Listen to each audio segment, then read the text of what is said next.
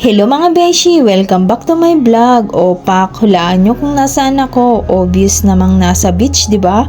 Kakabugin kayo ng lipstick ko. Sinong lalaban dyan? By the way, itutur ko kayo dito sa beach resort na kung tawagin ay Boracay.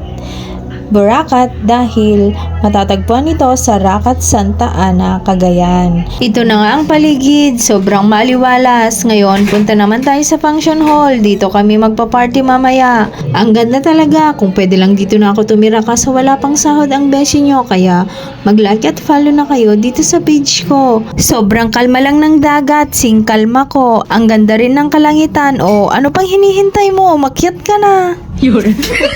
Kung narating mo ang video ito, paki-comment naman sa baba kung taga saan ka para sa susunod na vlog ko, mabati kita. Habang nanonood kayo sa paligid, pakinggan nyo muna itong ginawa kong tula na may pinamagatang dagat at langit. Magkapiling lagi sa yakap ng hangganang di mapatid. Tulad ng pusong may pangakong mahigpit, kahit lumayo muling magbabalik. Uy! Talaga nga namang babalikan mo ang lugar na ito sa kagandahan.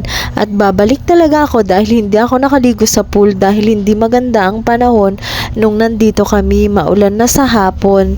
Buti dito naka-video pa ako ng medyo maganda-gandang larawan ng paligid. So ito, nagre-reflect na ang ulap sa pool guys. Ang ganda.